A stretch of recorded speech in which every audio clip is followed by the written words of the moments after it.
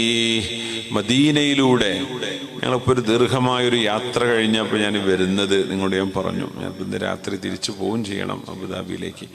പക്ഷേ ഈ ഒരു കഴിഞ്ഞ 6 ദിവസം പുണ്യനബിയുടെ ചരിത്രങ്ങളിലൂടെയുള്ള യാത്രയാണ്. മദീനയിൽ തന്നെ ബിഇറു ഖർസ് എന്ന് പറയുന്നൊരു കിണറിപ്പോൾ തുറന്നു വെച്ചിട്ടുണ്ട്. എല്ലാവരും വന്നോളി എന്ന് പറയാൻ തുടങ്ങിയപ്പോൾ അവർ കാണാൻ വേണ്ടി, സിയാറത്തിന് വേണ്ടി അവിടെ ചെല്ലാം. അവിടെ വെള്ളം കുടിക്കാനും നിസ്കരിക്കാനും സൗകര്യമുണ്ട്. പുണ്യനബിയുടെ ജനാസ കുളിപ്പിച്ച കിണറാണത്. തങ്ങൾ വസീത്ത് ചെയ്തിരുന്നു. ബിഇർ റൗഹ എന്ന് പറയുന്ന ബദറിലേക്ക് പോകുന്ന വേറെ കിണറുണ്ട്. അവിടെയും പോയിട്ട് വെള്ളം കുടിക്കും. ക്യാൻസറിന് വരെ അസുഖത്തിന് ശിഫയുണ്ട് എന്ന് ആളുകൾ വിശ്വസിക്കുന്ന അനുഭവങ്ങളുള്ള ഒരു വെള്ളമാണ് ബദറിലേക്ക് പോകുമ്പോൾ. അവിടെ തന്നെ ബിഇറു ഷിഫയുണ്ട്. ഷിഫായിൻ്റെ വെള്ളം പുണ്യനബി കുടിച്ച കിണറുകൾ അതൊക്കെ ഇപ്പോൾ തുറന്നു വെച്ചിരിക്കുക. അൽഹംദുലില്ലാ. എല്ലാറ്റിലും ചില ഖൈറും ചില ഷെറും ഉണ്ടെന്ന് പറഞ്ഞില്ലേ, ഇതിലിങ്ങനൊരു ഖൈർ. പുണ്യനബി സ്വല്ലല്ലാഹു അലൈഹി വസല്ലമ തങ്ങൾ ഖൈബറിൽ നിന്ന് വരുമ്പോൾ നബി തങ്ങൾ സൊഫിയ ബീവിയെ കല്യാണം കഴിച്ച് അവരൊരുമിച്ച് താമസിച്ച ഒരു ഗുഹയുണ്ട്. ഉമ്മു ജർനാസ് എന്നാണ് ആ ഗുഹയുടെ പേര്. അത് ഖൈബറിൽ നിന്നൊരു 30 കിലോമീറ്റർ ഉള്ളിലാണ്. ഖൈബർ കോട്ടകളൊക്കെ അതേപോലെ നമ്മൾ കിതാബിലൊക്കെ പഠിച്ച ഖൈബർ കോട്ട ഇന്നും 4-5 കോട്ടകൾ ഇപ്പോഴുണ്ട് അവിടെ. ഉമ്മു ജർനാസ് എന്ന് പറയുന്ന ഉമ്മു ജർനാസ് ഒരു ഗുഹയാണ്. 1.5 കിലോമീറ്ററാണ് അതിൻ്റെ ഉള്ളിലേക്കുള്ള വഴി. 1.5 കിലോമീറ്റർ. അതിനുള്ളിൽ പുണ്യനബി 3 ദിവസം താമസിച്ചിട്ടുണ്ട്. സദ് സുഹ്ബ എന്ന് പറയുന്ന ഒരു അണക്കെട്ടുണ്ട്. അതൊക്കെ അന്നുള്ള അണക്കെട്ടാണ്. പുണ്യനബി അതിൻ്റെ അരികത്ത് 3 ദിവസം ഖൈബറിലേക്ക് പോകുമ്പോൾ താമസിച്ച ഇടമാണ്. അങ്ങനെ തുടങ്ങി അവിടുത്തെ ഹബീബിൻ്റെ യാത്രകളിൽ നിബിതങ്ങൾ ഇരുന്നിടത്ത് തങ്ങൾ നിസ്കരിച്ചിടത്തൊക്കെ പോകാനുള്ള അവസരമുണ്ടായപ്പോൾ ഹബീബിൻ്റെ ജീവിതത്തിലേക്ക് നമ്മളിങ്ങനെ അടുക്കുകയാണ്. നമ്മുടെ ഈ സ്വലാത്ത് മദീനയുടെ ആ പച്ച കുബ്ബക്ക് താഴെ കിടക്കുന്ന ഹബീബ് കേൾക്കുന്നു സ്വല്ലല്ലാഹു അലൈഹി വസല്ലം. അവിടത്തേക്ക് അള്ളാഹു എത്തിച്ചു കൊടുക്കുന്നു. അള്ളാഹുവിൻ്റെ മലക്കുകൾ ഹബീബിനെ കേൾപ്പിച്ചു കൊടുക്കുകയാണ് സ്വല്ലല്ലാഹു. ആരാണോ സ്വലാത്ത് ചൊല്ലിയത് നിങ്ങളുടെയൊക്കെ പേരും നിങ്ങളുടെ വാപ്പയുടെ പേരും ഹബീബിന് വിവരം കൊടുക്കുന്നുവെന്ന് പുണ്യനബി തന്നെ പറഞ്ഞു. ഞാൻ മരിച്ചാലും നിങ്ങളുടെ സ്വലാത്ത് എനിക്ക് എത്തുന്നു, ഞാനതിന് മറുപടിയും തരും എന്ന് ഹബീബ് സ്വല്ലല്ലാഹു അലൈഹി വസല്ലം. അതുകൊണ്ട് നിങ്ങളുടെ സങ്കടം, ടെൻഷൻ മാറണമെന്ന് ആഗ്രഹമുണ്ടോ, സ്വലാത്ത് ധാരാളം ചൊല്ലിക്കോളി. കടം വീഴണമെന്നുണ്ടോ, സ്വലാത്ത് ധാരാളം ചൊല്ലിക്കോളൂ. ഉബയ്യ് ഇബ്നു കഅബ് തങ്ങളോട് ഇദൻ യുഗ്ഫറു ദംബുക, തെറ്റുകൾ അല്ലാഹു പുറത്തു തരണമെന്ന് ആഗ്രഹമുണ്ടോ, സ്വലാത്ത് ധാരാളം ചൊല്ലിക്കോളൂ. യുഗ്ഫറു ദംബുക വയുഖ്ലാ ദൈനുക വയുഖ്ഫാ ഹമ്മുക. ടെൻഷൻ മാറും, കടം വീടും, തെറ്റുകളും പൊറുക്കപ്പെടും. ഇതാണ് സ്വലാത്ത്. ഇരിക്കി ജസാക്കുമുല്ലാഹു ഖൈറ. അള്ളാഹു ഹബീബിൻ്റെ ചാരത്തണയാൻ അള്ളാഹു നമുക്ക് തൗഫീക്ക് ചെയ്യട്ടെ. ആമീൻ യാ റബ്ബൽ ആലമീൻ. ആർക്കെങ്കിലും തിരക്കണ്ടേ പോയിക്കോളിട്ടോ, ഇൻഷാ അല്ലാഹ്. ധൈര്യമായിട്ട് പോയിക്കോളി, ഒരു പ്രശ്നമില്ല ഇൻഷാ അല്ലാഹ്.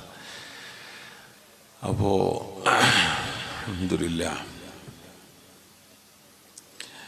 ഖാല റസൂലുള്ളാഹി സ്വല്ലല്ലാഹു അലൈഹി വസല്ലം, പുണ്യനബി തങ്ങൾ പഠിപ്പിച്ചു തരികയാണ്, ഒരു മനുഷ്യന്റെ ജീവിതം അവസാനിക്കുന്നിടത്തേക്ക് എത്തുമ്പോൾ, മരണത്തിലേക്ക് നീങ്ങുമ്പോൾ അസുഖങ്ങളെ കൊണ്ട് അല്ലാഹു സിഗ്നൽ തരുന്ന പോലെ ഈ പ്രപഞ്ചത്തിന്റെ അന്ത്യവും അടുത്തു എന്ന് പ്രപഞ്ചത്തിന് വരുന്ന രോഗങ്ങളാണ് പുണ്യനബി പഠിപ്പിക്കുന്നത് സ്വല്ലല്ലാഹു അലൈഹി വസല്ലം.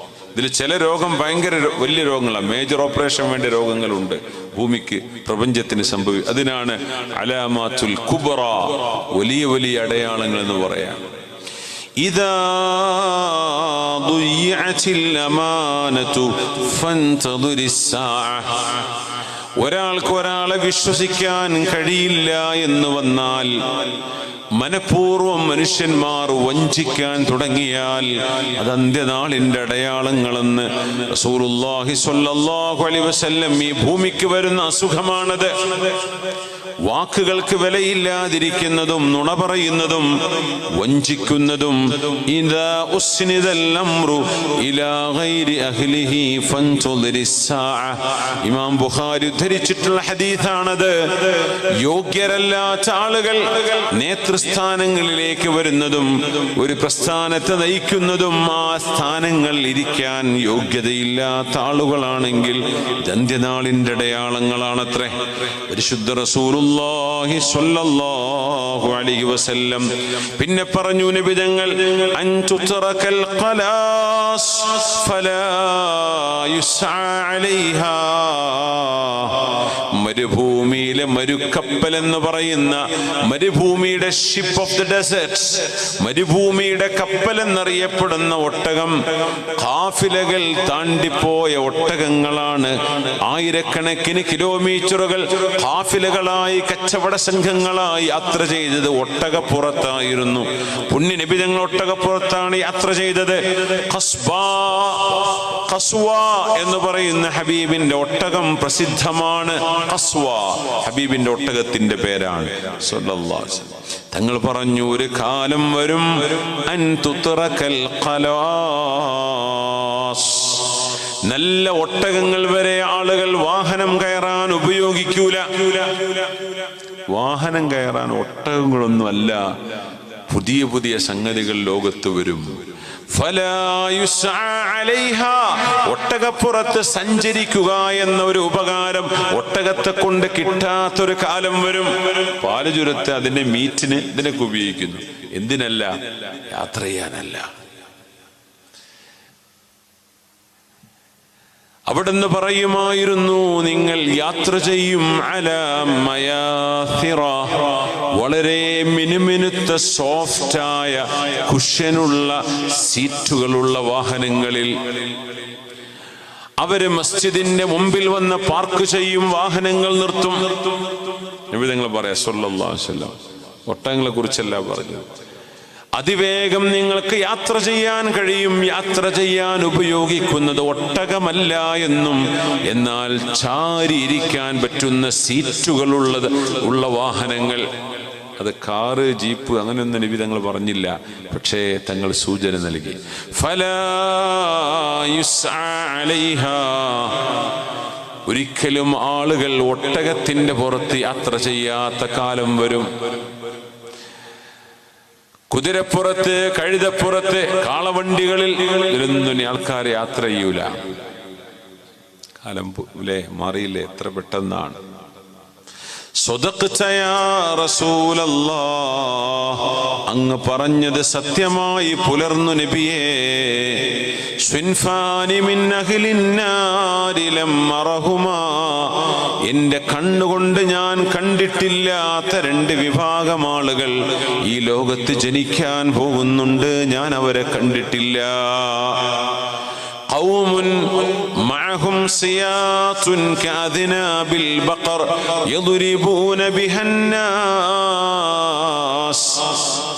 ജനങ്ങളെ വടികൊണ്ട് ചാട്ടവാറുകൊണ്ട് അടിക്കുന്ന നിയമപാലകന്മാർ അവര് വടികൊണ്ട് ജനങ്ങളെ അടിക്കും. വടികൊണ്ടടിക്കുന്ന നിയമപാലകന്മാർ, ലാത്തി വീശ അടിക്കുക എന്നൊക്കെ പറഞ്ഞ് അതന്നെ. പക്ഷെ ഈ പറയുന്നത് ഒരു അക്രമത്തെ പിരിച്ചുവിടാനുള്ള അടിയെ കുറിച്ചല്ല, വെറുതെ ആളുകളെ അടിക്കുന്ന നിയമപാലകന്മാർ. യദ്രിബൂന ബിഹന്നാസ്, അവര് ജനങ്ങളെ അടിക്കുന്നവരാണ്. അങ്ങനത്തെ ആളുകള് ഇസ്ലാമിനെ സംബന്ധിച്ച്, ഇസ്ലാം യുദ്ധത്തിന്റെ മതമാണ്. യുദ്ധമാണ് ബദർ, ഉഹദ്, ഖന്തഖ്, ഹുനൈൻ, തബൂക്ക് ഇതൊക്കെ പറയുമ്പോഴും നമ്മൾ ആലോചിക്കണം, മുസ്ലിമീങ്ങളും അല്ലാത്തവരുമായ ആളുകൾ പുണ്യ നബിതങ്ങളുടെ ജീവിതത്തിൽ നടന്ന 30-ലേറെ ചെറുതും വലുതുമായ സംഘട്ടനങ്ങളിൽ ശത്രുപക്ഷത്തു നിന്നും മുസ്ലിമീങ്ങളിൽ നിന്നും രണ്ടും കൂടെ മരിച്ചത് 1260 പേരാണ്. എത്ര? 1260. അതിൽ 30,000 സൈന്യങ്ങൾ പോയതുണ്ട്. 1,00,000 സൈന്യം സംബന്ധിച്ച യുദ്ധങ്ങളുണ്ട്.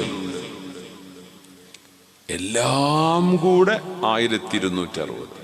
60 ചില്ലറ, 63 64 ആണ്. 1264. ഇതൊക്കെ ഒരു യുദ്ധം എന്ന് പറയാൻ പറ്റുമോ? ഒരു യുദ്ധമല്ല, 40 യുദ്ധങ്ങളിലായി മരിച്ചവർ ഇത്ര പേരാണ്. ലോകമഹായുദ്ധത്തിൽ എത്രയാണ് മരിച്ചത്? 1-ാം ലോകമഹായുദ്ധം, 2 ഇപ്പൊ നടക്കുന്ന യുക്രൈൻ വാർ, ഇറാഖ് വാർ.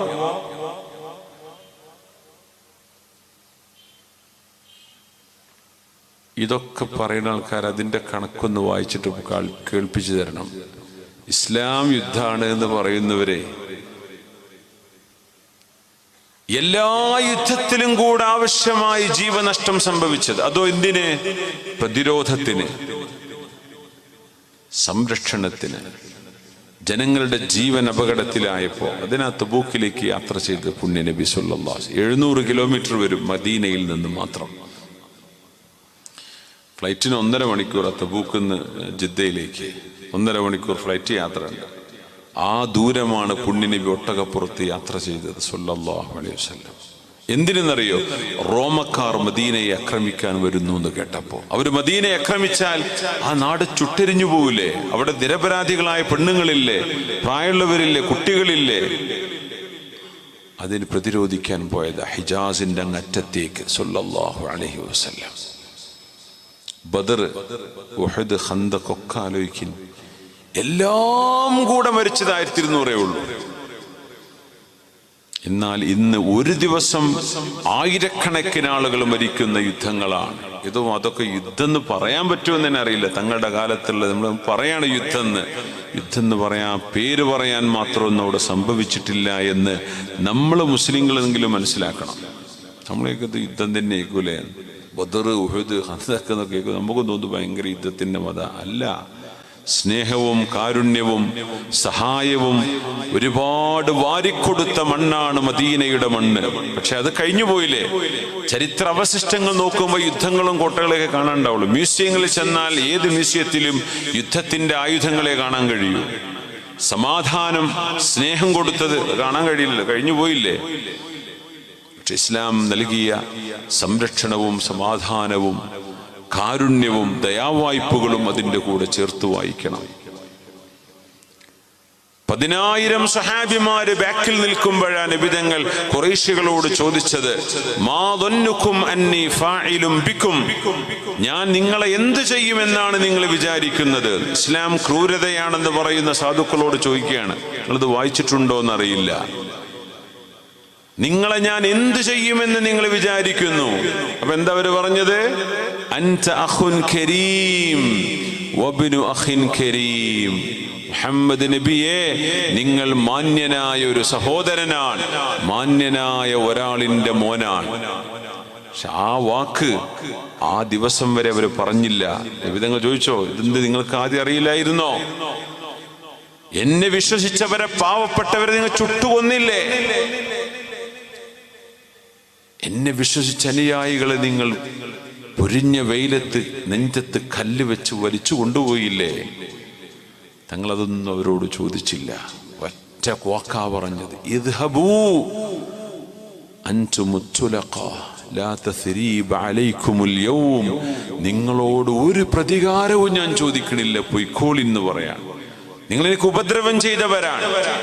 ആ ഉപദ്രവം ചെയ്ത നിങ്ങളോട് തിരിച്ചു ഒരു ഉപദ്രവമില്ല എന്ന് മാത്രമല്ല, നിങ്ങൾ സുരക്ഷിതരാൻ, പൊയ്ക്കോളൂ, ഞാൻ ഒന്നും ചെയ്യുന്നില്ല. ഇത് പറഞ്ഞ പുണ്യ നബിയെ നിങ്ങൾ കണ്ടില്ല എന്ന് നടിക്കരുത്. അതാണ് പുണ്യ നബി സല്ലല്ലാഹു അലൈഹി വസല്ലം. ഇസ്ലാം യുദ്ധ എന്നൊക്കെ പറയുമ്പോഴേ 1200-ലേറെ വരുന്ന 2000 സ്വഹാബിമാർ കൂടെയുണ്ട് നബിതങ്ങളുടെ. ഹുദൈബിയ സന്ധി വരുമ്പോ വിട്ടുവീഴ്ച ചെയ്തു കൊടുത്തില്ലേ? നിങ്ങൾ എന്താണത് കാണാത്തത്? ഞങ്ങൾ യുദ്ധത്തിന് ഒരുക്കമാണ് നബിയെ എന്ന് പറഞ്ഞ അനുയായികളോട്, നിങ്ങൾ യുദ്ധത്തിനല്ല ഒരുങ്ങേണ്ടത്, ക്ഷമിക്കാൻ ഒരുങ്ങിക്കോളൂ. നമ്മൾ മാപ്പ് കൊടുക്കാൻ, നമ്മൾ ക്ഷമിക്കുകയാണ്, നമ്മൾ മദീനത്തേക്ക് തിരിച്ചു പോവുകയാണ്. സ്വഹാബിമാര് വിഷമിച്ചില്ലേ? മദീനയിൽ നിന്ന് 400 കിലോമീറ്റർ നടന്നു വന്ന് മക്കങ്ങനെ നോക്കിയാൽ കാണുന്നുണ്ട്, അവിടേക്ക് കടക്കാൻ വിടാതെ മക്കക്കാരായ നാട്ടുകാരെ, മക്കയിൽ അവിശ്വാസികൾ മുഹാജിറുകളായ മുസ്ലിമീങ്ങളെ തിരിച്ചു പറഞ്ഞയച്ചപ്പോ പുണ്യ നബിതങ്ങൾ വേദനിച്ചിട്ടുണ്ട്. പക്ഷേ നബിതങ്ങൾ മാപ്പ് ചെയ്തു കൊടുത്തു സല്ലല്ലാഹു അലൈഹി വസല്ലം. ആ ഹബീബിനെ നമ്മൾ കാണണം.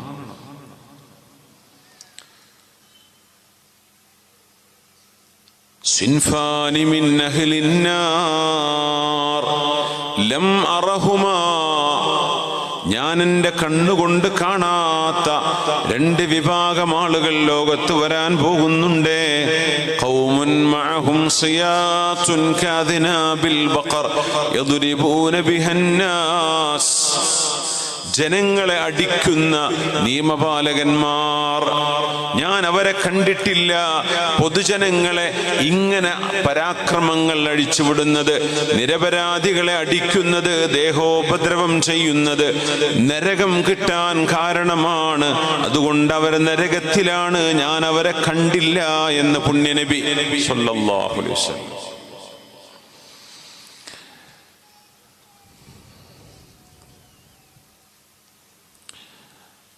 അബൂ മസ്ഊദ് അസ്സഖഫി റളിയല്ലാഹു അൻഹു പറയുന്നു, ഞാൻ എൻ്റെ അടിമയെ,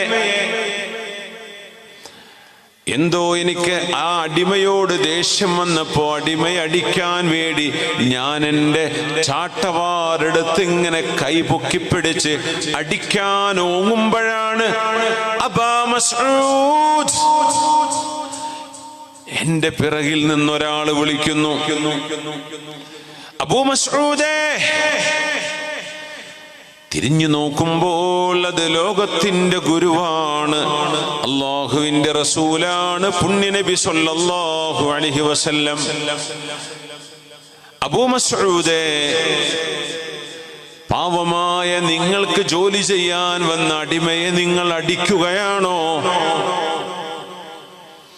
അറിയണേ അബൂ മസ്ഊദ്, ഇയാളുടെ മേലെ കൈവക്കാൻ നിങ്ങൾ ധൈര്യം കാണിക്കുമ്പോൾ അറിയണമേ, അല്ലാഹു നിങ്ങളുടെ മേൽ അധികാരമുള്ളവനാണ്. ഇതുപോലെ നിങ്ങളെ ചാട്ടവാറ് കൊണ്ടടിക്കാൻ അല്ലാഹുവിന് കഴിയും. അബൂ മസ്ഊദ് കയ്യിന്ന് ചാട്ടവാറ് താഴെ വീണുപോയി, വിറക്കാൻ തുടങ്ങി. മനുഷ്യന്മാരടിക്കാണോ ഇത് ചോദിച്ച നബിയ പുണ്യനബി സല്ലല്ലാഹു അലൈഹി വസല്ലം. ആ അടിമ മുസ്ലിം പോലുമായിരുന്നില്ല. അതദ്രിബുഹു, നിങ്ങൾ അടിക്കാണോ ആ മനുഷ്യനെ? അബൂ മസ്ഊദേ, നിങ്ങൾ അറിയണമേ, ഇയാളുടെ മേൽ നിങ്ങൾക്ക് അധികാരമുള്ള പോലെ നിങ്ങളുടെ മേൽ അല്ലാഹുവിന് അധികാരമുണ്ട് കേട്ടോ. അദ്ദേഹം കരഞ്ഞുകൊണ്ട് പറഞ്ഞു, നബിയേ, ഞാൻ അങ്ങനെ അടിച്ചിട്ടുണ്ടായിരുന്നു, ഇനി ഞാൻ ചെയ്യില്ല നബിയേ. അതിനൊക്കെ പകരം ഈ അടിമയെ ഞാൻ നിരുപാധികം സ്വാതന്ത്ര്യം കൊടുത്ത് സ്വതന്ത്രനാക്കി വിട്ടാൽ മതിയോ? ഞാൻ അയാൾക്ക് സ്വാതന്ത്ര്യം കൊടുക്കട്ടെയോ നബിയേ? ഒരു പൈസ പോലും പകരം വാങ്ങാതെ ഞാൻ അയാളെ സ്വതന്ത്രനായി വിട്ടേക്കാം നബിയേ. അബൂ മസ്ഊദേ, ചെയ്തോളൂ, അത് തന്നെയാണ് വേണ്ടത്. നിങ്ങൾ അങ്ങനെ ചെയ്തില്ലെങ്കിൽ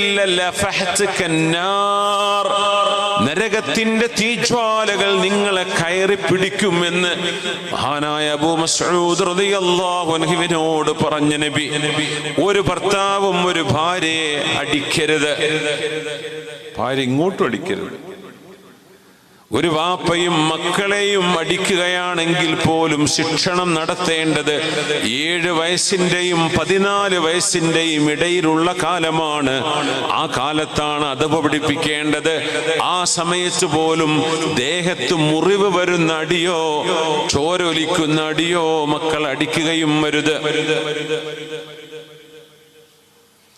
ما ضرب رسول الله صلى الله عليه وسلم بيده أحدا قط. ഒരു വേലക്കാരനെയോ അവിടുത്തെ ഭാര്യയെയോ അടിമയെയോ ഒരാളെയും പുണ്യനബി കൈകൊണ്ടടിച്ചിട്ടില്ല. ഇല്ലാ അൻ യുജാഹിദ ഫീ സബീലില്ലാഹ്. അതാണ് പുണ്യനബി സല്ലല്ലാഹു അലൈഹി വസല്ലം. അതുകൊണ്ട് നരകത്തിലേക്ക് വീഴുന്നവരെന്ന് നബി തങ്ങൾ പറഞ്ഞത്, പൊതുജനങ്ങളെ നിയമത്തിന്റെ ആ ഓരം പിടിച്ചു നിന്നുകൊണ്ട് പൊതുജനങ്ങളെ, സാധാരണക്കാരെ, പാവപ്പെട്ട ആളുകളെ, അത് ഭൂരിപക്ഷമോ ന്യൂനപക്ഷമോ അതൊന്നും അവിടെ വിഷയമല്ല. മനുഷ്യനായി ജനിച്ചവനാണോ ഒരു മനുഷ്യനെ നിരുപാധികം പീഡിപ്പിക്കുകയും വേദനിപ്പിക്കുകയും ചെയ്യുന്ന സർവ നിയമപാലകന്മാരും സിൻഫാനി ഫിന്നാർ, നരകത്തിലാണ്. ഇതാണ് ലോക റസൂൽ അന്ത്യ റസൂലിന്റെ പ്രഖ്യാപനം. മനുഷ്യരടിക്കരുത്. പിന്നുണ്ടോ കൊലപാതകം, പിന്നുണ്ടോ വർഗീയ കലാപങ്ങൾ ഉണ്ടാക്കുന്നത്? ചെയ്യാൻ പാടില്ല. ഞാൻ കണ്ടിട്ടില്ലാത്തവരാണിവർ എന്നാൽ നിങ്ങൾക്ക് ഇവരെ കാണാൻ കഴിയും. സ്വദഖ്ത യാ റസൂലല്ലാഹ്, അങ്ങ് പറഞ്ഞത് എത്ര സത്യമാണ് നബിയേ, സത്യമായി പുലർന്നിട്ടില്ലയോ? പിന്നെ പറഞ്ഞു, ഒരു വിഭാഗം ആളുകൾ കൂടെ വരുന്നുണ്ട്, ഞാൻ അവരെ കണ്ടിട്ടില്ല. നിസാഉൻ കാസിയാതുൻ ആരിയാത്, ശരീരത്തിലെ അവയവങ്ങൾ തുടുത്ത് കാണിപ്പിക്കുന്ന വിധം വസ്ത്രവിധാനം ചെയ്യുന്ന പെണ്ണുങ്ങൾ, തുലിനിറം കാണുന്ന വസ്ത്രം ധരിക്കുന്ന പെണ്ണുങ്ങൾ, ശരീരം മുഴുവനായി മറക്കാത്ത പെണ്ണുങ്ങൾ, പുരുഷന്മാരെ തിന്മയിലേക്ക് ചിന്തിപ്പിക്കുന്ന വിധം വസ്ത്രധാരണം ചെയ്യുന്നവർ, അത്തരം പെണ്ണുങ്ങളും എൻ്റെ ഉമ്മത്തിൽ ഞാൻ കണ്ടില്ല. എന്നാൽ മുസ്ലിമീങ്ങളെന്ന് പറയുന്നവരിൽ അവർ വരും. വേഷവിധാനങ്ങൾ, ടൈറ്റ് ജീൻസും ടീഷർട്ടൊക്കെ ഇട്ട് നടക്കുമ്പോൾ ഹോർമോൺ പ്രവർത്തനങ്ങൾ, മനുഷ്യരാണ്, തിന്മകളെക്കുറിച്ചുള്ള ചിന്തകൾ വരും. നിങ്ങളങ്ങനെ നടക്കരുതേ എന്ന് പുണ്യനബി പറയാ പെണ്ണുങ്ങളോട്. കണ്ണ് ചിമ്മണേ എന്ന് ആണുങ്ങളോട്. ഇത് രണ്ടും ഇവിടെ നടന്നാൽ ഇവിടെ ഒരു കിഡ്നാപ്പ് ഉണ്ടാലോ, ഒരു റേപ്പ് ഉണ്ടാലോ, ഒന്നും ഉണ്ടാവില്ല. പക്ഷെ തിന്മ വേണമെന്ന് വിചാരിച്ച് നടന്ന പിന്നെ എന്ത് ചെയ്യും? ആരിയാത്ത്, നഗ്നകളായ പെണ്ണുങ്ങളെ കാണാൻ കഴിയും. എന്താ ഇന്നർവെയറിൻ്റെ ഒക്കെ ഫോട്ടോ ഒക്കെ കാണിക്കുന്ന നമ്മുടെ റോഡ് സൈഡിൽ കാണുന്ന വലിയ വലിയ പരസ്യ ഫലങ്ങൾ, പൂത്തുപോലെ വളർന്ന പെണ്ണും ആണും ഒക്കെയാണ് ട്രൗസറും ഷെഡിട്ടിട്ട് നിൽക്കുന്നത് പോസ്റ്റിൽ ഫ്രെയിം ചെയ്തിട്ട്. എന്നിട്ട് അതിന് കാശ് വാങ്ങുക, പരസ്യത്തിൽ നിന്ന് കൊടുക്കുക. എന്നിട്ട് പോകുന്ന ബൈക്കുകാരും ബസ്സുകാരൊക്കെ ഇങ്ങനെ നോക്കി പോവുക. സുബ്ഹാനല്ലാഹ്. ഒരു ബെഡ്റൂമിൽ പോലും ഭർത്താവിൻ്റെ കൂടെ സ്വകാര്യതയിൽ പോലും ഒരു പെണ്ണ് മടിക്കുന്ന വേഷം പരസ്യ ഫലകങ്ങളിൽ, നമ്മുടെ TV ചാനലുകളുടെ പരസ്യങ്ങളിൽ, ഫിൽമുകളിൽ, അത്തരത്തിലുള്ള കാര്യങ്ങൾ ഞാൻ കണ്ടില്ല. നബി തങ്ങൾ പറയാം, പക്ഷെ നിങ്ങൾക്ക് കാണാൻ കഴിയും. വസ്ത്രമിടാതെ നടക്കുന്ന പെണ്ണുങ്ങൾ. മായിലാത്തുൻ മുമീലാത്ത്, പുരുഷന്മാരോട് ഇങ്ങോട്ട് കൊഞ്ചിക്കുഴയുന്ന പെണ്ണുങ്ങൾ. മുമീലാത്ത്, തന്നെ ആരെങ്കിലും ഒന്ന് നോക്കണേ, എന്നെ ആരെങ്കിലും ഒന്ന് പ്രേമിക്കണേ എന്ന് യാചിച്ച് നടക്കുന്ന പെണ്ണുങ്ങൾ. പെണ്ണുങ്ങളെ, നിങ്ങളുടെ ഏറ്റവും വലിയ അഭിമാനം നിങ്ങളുടെ നാണമാണ്. നിങ്ങളുടെ ഏറ്റവും വലിയ ആഭരണം നിങ്ങളുടെ ലജ്ജയാണ്. നിങ്ങളുടെ ഏറ്റവും വലിയ സമ്പത്ത് നിങ്ങളുടെ ചാരിത്രശുദ്ധിയാണ്. അത് കളഞ്ഞു തീരുമ്പോഴാണ് മനസ്സിലാവുന്നത്, ഞാൻ എൻ്റെ അഭിമാനം പിച്ചു ചീന്തി കളഞ്ഞല്ലോ, എന്നെ അവൻ പിച്ചു ചീന്തിയല്ലോ. പിന്നെ കരഞ്ഞിട്ട് കാര്യമുണ്ടാവില്ല. മായിലാത്തുൻ മുമീലാത്ത് റൂസുഹുന്ന കഅസ്നിമത്തിൽ ബുഖ്തിൽ മായില, അവരുടെ തലമുടി മേലോട്ട് കെട്ടിവെച്ച്, ഇപ്പൊ മഫ്തക ധരിച്ചിട്ടുണ്ട്, സ്കാർഫ് ഉണ്ട്, പക്ഷെ മുടി മേലോട്ട് ഇങ്ങനെ കുടുമയായി വെക്കും മേലെ. എന്നിട്ട് ഒട്ടകം നടക്കുന്നത് കണ്ടിട്ടുണ്ടോ? പൂഞ്ഞയുള്ള ഒട്ടകം. ആ ഒട്ടകത്തിന്റെ പൂഞ്ഞ അത് നടക്കുമ്പോൾ ചെരിയുന്ന പോലെ, ആടുന്ന പോലെ, ഹൈഹീല് ചെരുപ്പിട്ട് നടന്നാൽ സംഭവിക്കുന്ന ഒരു പ്രതിഭാസമാണ്. അങ്ങനെ ഒരു ചെരുപ്പ് പോലും കണ്ടിട്ടില്ലാത്ത പുണ്യനബി തങ്ങൾ പറയുന്നത് എന്നോർക്കണം. ഇമാം മുസ്ലിം റളിയല്ലാഹു അൻഹു സ്വഹീഹിൽ ഉദ്ധരിച്ച ഹദീസാണിത്. തലമുടി മുടി കെട്ടിവെച്ച് നടക്കുമ്പോൾ ആ മുടി ആടുന്ന വിധം ശരീരം ആട്ടിക്കുഴച്ച് നടത്തുന്ന ഒരു തരം പെണ്ണുങ്ങൾ ഞാൻ എൻ്റെ കണ്ണുകൊണ്ട് കണ്ടിട്ടില്ല. എന്നാൽ നിങ്ങൾക്ക് കാണാൻ കഴിയും. ലാ യദ്ഖുൽനൽ ജന്ന, അവർക്ക് സ്വർഗം നിഷിദ്ധമാണ്. വലാ യജിദിന റീഹഹാ, അതിന്റെ പരിമളം പോലും അവർക്ക് ലഭ്യമല്ല. വ ഇന്ന റീഹഹാ ലയൂജദു മിൻ മസീറതി കദാ വകദാ, ആയിരക്കണക്കിന് മൈലുകൾക്കപ്പുറത്തേക്ക് അടിച്ചു വീശുന്ന സ്വർഗത്തിന്റെ സുഗന്ധം പോലും ഇങ്ങനെ വേഷവിധാനം ചെയ്ത് നല്ലവരായ ചെറുപ്പക്കാരുടെ മനസ്സിനുള്ളിലേക്ക് ഹലാലല്ലാത്ത വിധമുള്ള ചിന്തകൾ, ഹറാമായ ചിന്തകൾ വരുന്ന വിധം വേഷവിധാനത്തിലും നടത്തത്തിലും വർത്തമാനങ്ങളിലും ജാള്യത പോലും കാണിക്കാത്തവർ സിൻഫാനി മിൻ അഹ്ലിന്നാർ. ഈ ലോകത്തിന്റെ അന്ത്യം സംഭവിക്കുന്ന പ്രപഞ്ചത്തിന്റെ അസുഖങ്ങളെന്ന് നിബിധങ്ങൾ പറഞ്ഞ ഖിയാമത്തിന്റെ അടയാളങ്ങളിൽ നിങ്ങൾക്ക് വായിക്കാൻ കഴിയുമെന്ന് നിബിധങ്ങൾ പറഞ്ഞുപോയി. സ്വദഖ്ത യാ റസൂലല്ലാഹ്, അങ്ങ് പറഞ്ഞത് എത്ര സത്യമാണ് നബിയേ, എത്ര സത്യമാണ്. നമ്മൾ ജീവിക്കുന്ന യാഥാർത്ഥ്യങ്ങളല്ലേ ഇതൊക്കെ. ബൈന യദൈ സ്സാഅതി യദ്ഹറു റിബാ, അന്ത്യനാളിന്റെ മുമ്പ് പലിശയുടെ ഉപയോഗം ധാരാളം നടക്കുന്നത് കാണാൻ കഴിയും. ക്രെഡിറ്റ് ഡെബിറ്റ് കാർഡുകളടക്കം, ഓട്ടോ ലോണുകളടക്കം, പേഴ്സണൽ ഫൈനാൻസുകളടക്കം പലിശ കൊടുത്തിട്ട് ചെയ്യുന്ന എല്ലാ ഏർപ്പാടുകളും ഇന്ന് വർദ്ധിച്ചിരിക്കുകയാണ്. വീട് വെക്കാൻ ഒരു സ്ഥലം വാങ്ങിക്കുന്നത് പലിശയ്ക്ക്. അള്ളാഹുവിന്റെ അനുഗ്രഹം വരുന്നത് വരെ ഒന്ന് കാത്തിരിക്കാൻ സമയമില്ലാതെ വാങ്ങിച്ചു വെച്ച 5 സെന്റ് ഭൂമി പോലും ബാങ്കിൽ പണയപ്പെടുത്തി പലിശക്ക് പൈസ വാങ്ങിയിട്ട് വീട് പണി തുടങ്ങുകയും അത് പൂർത്തിയാക്കാൻ പിന്നെ വട്ടിപ്പലിശക്ക് വാങ്ങുകയും അത് കഴിഞ്ഞാൽ പലിശയിൽ മുങ്ങി തളർന്ന് കിട്ടുന്നതെല്ലാം കൊണ്ടുപോയി കൊടുത്താലും കടം വീട്ടാൻ കഴിയാതെ പലിശയുടെ നീരാളിപ്പിടുത്തത്തിൽ ശ്വാസം വിടാൻ പോലും കഴിയാതെ എത്ര വീടുകളാണ്, എത്ര വീടിനുള്ളിൽ കിടക്കുന്ന എത്ര ജീവനുകളാണ് ഒന്ന് ആശ്വാസത്തോടെ ശ്വാസം വിടാൻ കഴിയാതെ ഈ വീട് എടുത്തുകൊണ്ടു പോകുമോ, ജപ്തി ചെയ്യുമോ? എന്തേ? പലിശയിലുണ്ടാക്കിയതാണ്. വിവാഹം വരുമ്പോ, വിശേഷപ്പെട്ട ദിവസങ്ങൾ വരുമ്പോൾ പൈസ വേണം, നേരെ സ്വർണം കൊണ്ടുപോയി പണയത്തിന് പലിശക്ക് പൈസ എടുത്തു. ഒരു ഫിൽസ് പോലും നമ്മൾ അടക്കുന്നത് പലിശയാണ് അല്ലേ? അത് എത്ര റേറ്റ് കുറവുണ്ടെന്ന് നോക്ക് ബാങ്കുകളിൽ. ഏത് ബാങ്കിലാ പലിശ റേറ്റ് കുറവ്? അള്ളാഹുവിനോട് യുദ്ധം പ്രഖ്യാപിക്കലാണ്. നിങ്ങൾ കുടുങ്ങിയ ഒരവസ്ഥ അത് അള്ളാഹുവിനും നിങ്ങൾക്കേ അറിയുള്ളൂ. ആ ഒരവസ്ഥയിൽ നിങ്ങൾക്ക് ചെയ്യാമെന്നല്ലാതെ എങ്ങനെ വളരെ കുടുങ്ങുക. അള്ളാഹിനോട് മറുപടി പറഞ്ഞ അള്ളാഹ് എന്നാ ആയിക്കോട്ടെ, കുഴപ്പമില്ല എൻ്റെ അടിമേ എന്ന് റബ്ബ് മറുപടി പറയും. അങ്ങനത്തെ ഒരു കാരണം നിങ്ങളുടെ മുമ്പിലുണ്ടെങ്കിലല്ലാതെ ഈ പരിപാടി നമുക്ക് പറ്റൂല. പിന്നെ നമ്മുടെ വീട്ടിലെങ്ങനെ ബർക്കത്തുണ്ടാവുക? നമ്മുടെ മക്കളെങ്ങനെ നന്നാവുക? നമ്മളെങ്ങനെ നന്നാവുക?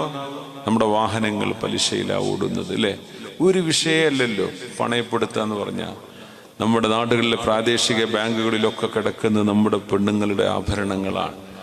അത് തിരിച്ചെടുക്കണ്ടോ എടുക്കണില്ലേ എന്നല്ല, എടുത്താ പിറ്റേന്ന് കൊണ്ടുപോയി വീണ്ടും വെക്കും വലിയ പൈസക്ക്. സുബ്ഹാനല്ലാഹ്. ചില ആളുകൾക്ക് ഇതൊരു ഹരമാണ്. ബാങ്കിക്ക് കൊടുക്കാൻ ഞാൻ സമാധാനാവില്ല. നിങ്ങൾക്കും നിങ്ങളുടെ മക്കൾക്കും തിന്നൂടെ ആ പൈസ? എന്തിനാ പലിശ? 10 ലക്ഷം എടുത്ത ആള് 30-40 ലക്ഷം അടച്ചിട്ടാ പിന്നെ തീരുന്നത്.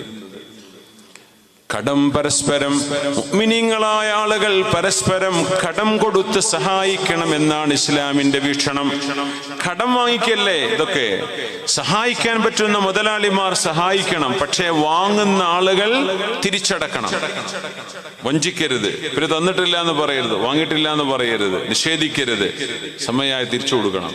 അത് ചെയ്യാതിരിക്കുമ്പോൾ മുതലാളിമാർ കൊടുക്കാതെയാവും. കാരണം അവൻ തിരിച്ചു തരൂല, മനുഷ്യന്മാർ വാങ്ങിച്ചു പോവും. എത്ര ആളുകളുണ്ട് കിട്ടാനുള്ള പൈസ കിട്ടിയാൽ എൻ്റെ വിഷമം തീരുമല്ലോ എന്ന് പറഞ്ഞ എത്ര ആൾക്കാരുണ്ട്, എത്ര ആളുകൾ. നിങ്ങൾക്ക് കിട്ടാനുള്ളത് കിട്ടിയാൽ മതി, വേറൊന്നും വേണ്ടായിരുന്നു. സഹായിച്ചു കൊടുത്തത്. അതുകൊണ്ട് അല്ലാഹുവിനെ ഭയപ്പെടണമേ. ഈ ലോകം അല്ലാഹു നശിപ്പിക്കാൻ കാരണമാകുമ്പോൾ അല്ലാഹു പ്രപഞ്ചത്തിന് വരുത്തിവെക്കുന്ന ജനങ്ങളാൽ ഉണ്ടാകുന്ന അസുഖങ്ങളാണിതൊക്കെ. ഇത് നിങ്ങൾ നിർത്തിയാൽ പ്രപഞ്ചത്തിന് ആയുസ് വീണ്ടും കൂടും. അതതിനർത്ഥം. ഇത് നിങ്ങളുടെ കർമ്മങ്ങളാണ് ഈ ഭൂമിയെ നശിപ്പിക്കണോ വേണ്ടേ എന്ന് തീരുമാനിക്കുന്നിടത്തേക്ക് എത്തിക്കുന്നത്. വയൽഹറു സിനാ, വ്യഭിചാരം വർദ്ധിക്കുമെന്ന് പുണ്യനബി സല്ലല്ലാഹു അലൈഹി വസല്ലം. യൽഹർ എന്ന് പറഞ്ഞാൽ ശരിക്കും പ്രത്യക്ഷമാവുക. ജനങ്ങൾ ഒരുപാട് വ്യഭിചരിക്കും എന്നതിനർത്ഥമുണ്ട്. പക്ഷെ ആ വാക്കർത്ഥം എന്താ? വ്യഭിചാരം വ്യക്തമായി പച്ചയിൽ കാണാൻ പറ്റുന്ന കാലം. അത് മൊബൈലും പിടിച്ച് നോക്കിയിരിക്കുകയാണ്, കമ്പ്യൂട്ടർ തുറന്ന് കണ്ടിരിക്കുകയാണ്, ചാനലുകൾ തുറന്ന് വെച്ചിരിക്കുകയാണ്. യൽഹറു സിനാ, പച്ച വ്യഭിചാരം. വ്യഭിചാരത്തിന് കാശ് കൊടുത്ത് ഫിലിം ചെയ്ത് അഭിനയിച്ച് മനുഷ്യരെ മുഴുവൻ ലൈംഗിക രോഗികളാക്കി മാറ്റിയ ഈ മഹാദുരന്തമാണ് 20-ാം നൂറ്റാണ്ടിൻ്റെയും 21-ാം നൂറ്റാണ്ടിൻ്റെയും ഏറ്റവും വലിയ വിപത്ത് എന്ന് പണ്ഡിതന്മാർ പറയാണ്. ഈ ലോകം കണ്ട ഏറ്റവും വലിയ വിപത്തതാണ്. നമ്മുടെ മക്കള് എളിയ പ്രായത്തിൽ ഒരു വലിയ ഒരാണും ഒരു പെണ്ണും കുടുംബജീവിതത്തിൽ നയിക്കുന്ന സമയത്തുണ്ടാകുന്ന ശാരീരിക ബന്ധങ്ങൾ കൊച്ചുമക്കൾ കാണാൻ അവസരം ഉണ്ടാവും. എത്ര ഇതിലും വലിയ നാണക്കേടെന്താ? നമ്മുടെ സ്കൂളുകൾ അങ്ങനെ ആയിപ്പോയില്ലേ? നമ്മുടെ ക്യാമ്പസുകൾ അങ്ങനെ ആയില്ലേ? നമ്മുടെ വീടുകളിൽ അങ്ങനെ ആയില്ലേ? ഒരു മനുഷ്യന്റെ സ്വകാര്യതയാന്ന് പറഞ്ഞിട്ട് ഒറ്റയ്ക്ക് ഇരുന്നിട്ട് ഈ പച്ചയായ വ്യഭിചാരം നോക്കിയിരിക്കുക. വ്യഭിചാരം കാണാൻ എത്ര തിന്മയാണ്.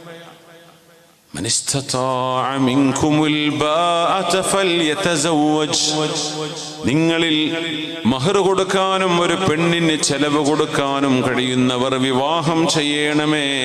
വമല്ലം യസ്തതി', നിങ്ങൾക്കതിനായിട്ടില്ല, നിങ്ങൾ പഠിക്കുകയാണ്, വിദ്യാർത്ഥികളാണ്, ജോലിയായില്ല, ദാരിദ്ര്യമാണ്, മഹർ കൊടുക്കാൻ പറ്റുന്നില്ല എങ്കിൽ വമല്ലം യസ്തതി' ഫഅലൈഹി ബിസ്സൗം, നിങ്ങൾ ഇടക്കിടക്ക് നോമ്പനുഷ്ഠാനം ചെയ്യണമേ. വെറുതെ പട്ടിണിയെടുക്കല്ല. നോമ്പ് അല്ലാഹുവിനോടുള്ള അനുസരണയാണ്, പടച്ചതമ്പുരാനെ കുറിച്ചുള്ള ചിന്തയാണ്.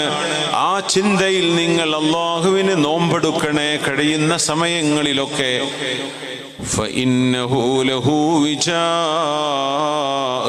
ഒരു മനുഷ്യന്റെ ലൈംഗിക ശമനത്തിന് അത് ഉപകാരപ്പെടും. എന്നാൽ പോലും നിങ്ങൾ വ്യഭിചാരം നോക്കരുതേ, വ്യഭിചാരത്തിലേക്ക് പോകരുതേ എന്ന് ആണിനോടും പെണ്ണിനോടും പുണ്യ റസൂലല്ലേ പറഞ്ഞത് സ്വല്ലല്ലാഹു അലൈഹി വസല്ലം.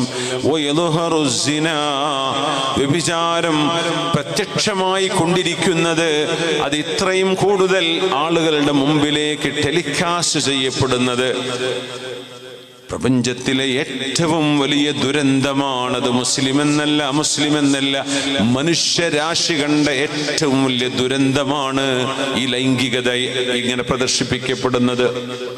സർവശക്തനായ അല്ലാഹു നമ്മളെയും നമ്മുടെ മക്കളെയും നമ്മുടെ സമൂഹത്തെയും എല്ലാ മനുഷ്യരെയും റബ്ബ് കാത്തു രക്ഷിക്കട്ടെ.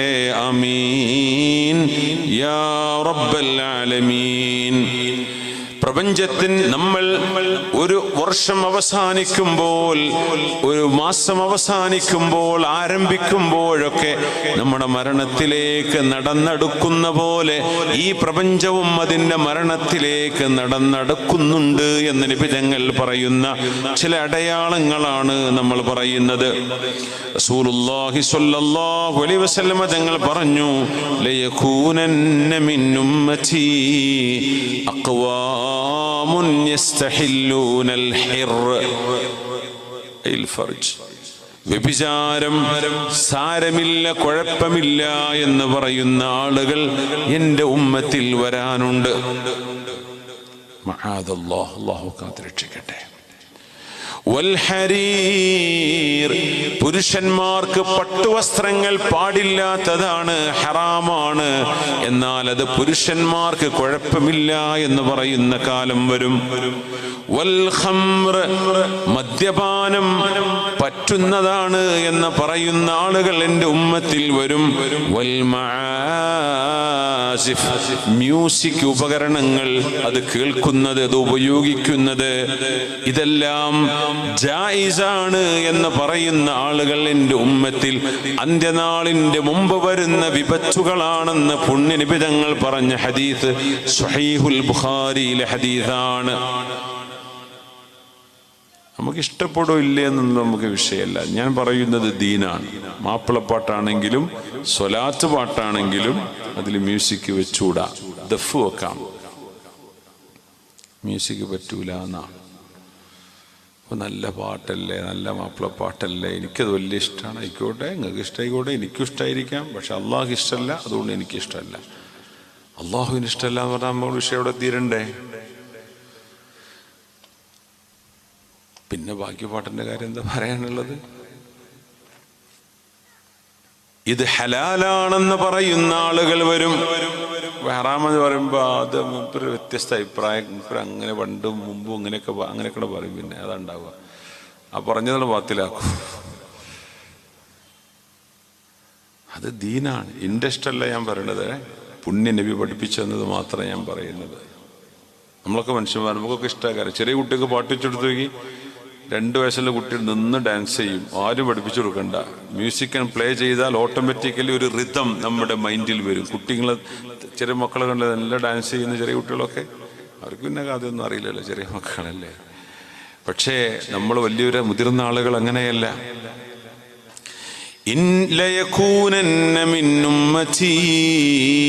മുസ്ലിമീങ്ങളിൽപ്പെട്ട ആളുകൾ, മിൻ ഉമ്മത്തി എന്ന് പറഞ്ഞാൽ من يستحلون الحر يستحلون الحر വ്യഭിചാരം കുഴപ്പമില്ലെന്നും വൽഹരീറ പുരുഷന്മാർക്ക് പട്ടുവസ്ത്രങ്ങൾ കുഴപ്പമില്ലെന്നും വൽഖംറ മദ്യപാനം കുഴപ്പമില്ലെന്നും വൽമആസിഫ് മ്യൂസിക് ഉപകരണങ്ങൾ ഉപയോഗിക്കുന്നതോ കേൾക്കുന്നതോ കുഴപ്പമില്ലെന്ന് ഫത്വ നൽകുന്ന ആളുകൾ എൻ്റെ ഉമ്മത്തിൽ വരാനുണ്ട്. ഇമാം ബുഖാരി തങ്ങളുടെ ഹദീസാണിത്. എത്ര പ്രബലമായ ആശയമാണ് നൽകുന്നത്. ഇതൊന്നും വ്യാഖ്യാനിക്കാനൊന്നുമില്ല, ആ പറഞ്ഞ തന്നെ. പക്ഷെ നമുക്ക് ഇഷ്ടമായിരിക്കാം.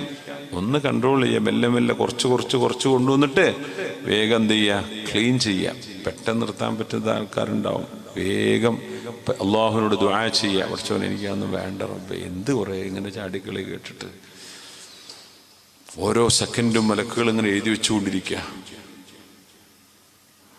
ഇന്നഹാ സതഅതി അലന്നാസി സിനൂന ഖദ്ദാഅ യുസദ്ദഖു ഫീഹൽ കാദിബ്.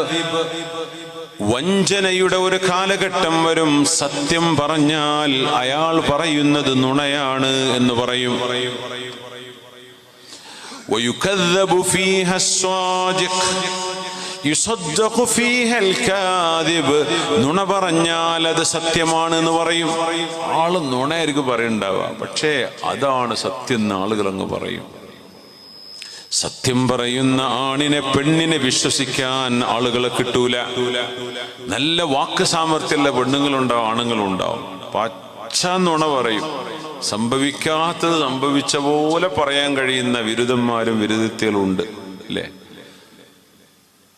അപ്പൊ ഉമ്മ പറയും, ഓള് പറഞ്ഞതാ കാര്യം എന്നാണ്. ഉമ്മാക്ക് അറിയുന്ന ഉമ്മാര് വളവത്തിയാന്ന് ഉമ്മാക്ക് അറിയുന്നുണ്ടാവില്ല. അല്ല, ഇങ്ങനത്തെ വളവനാണ് ഇവനെന്ന് ഉമ്മാക്കും അറിയുന്നുണ്ടാവില്ല. പച്ച നുണ പറയും, അത് വിശ്വസിക്കേണ്ടി വരും. ഇപ്പുറത്ത് സത്യം ഇല്ലമ്മ, ഞാനത് ചെയ്തിട്ടില്ല എന്ന് പറഞ്ഞാൽ നീ അങ്ങനെ തന്നെ പറയുള്ളൂ എന്ന് പറയും. സത്യം പറയുന്നവനെ നുണയാണ് പറയുന്നതെന്നും നുണ പറയുന്നത് സത്യമാണെന്നും വിശ്വസിക്കുന്ന ഒരു കാലം.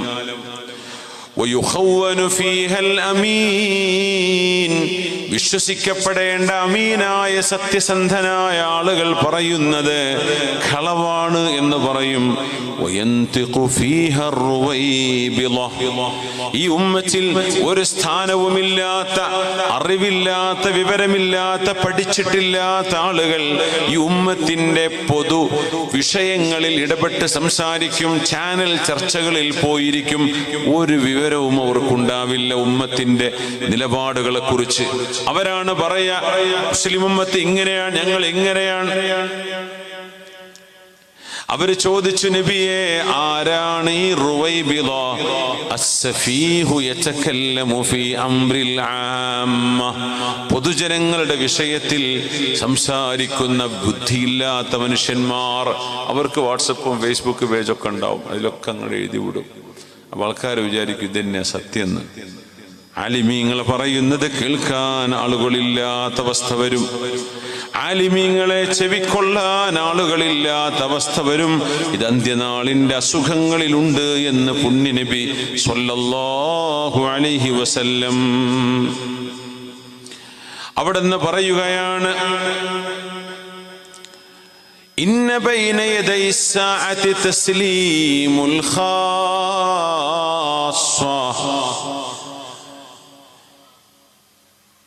ഒരപകടം വരാനുണ്ട്. നിങ്ങളിൽ ചില ആളുകൾ സ്വന്തം ഗ്രൂപ്പുകാരോട് മാത്രം സലാം പറയുന്ന ഒരു കാലം വരും. തസ്ലീമുൽ ഖാസ്സ. സ്വന്തം ഗ്രൂപ്പേര് പറഞ്ഞാലേ മടക്കുള്ളൂ, അല്ലെങ്കിൽ മടക്കൂല, അല്ലേ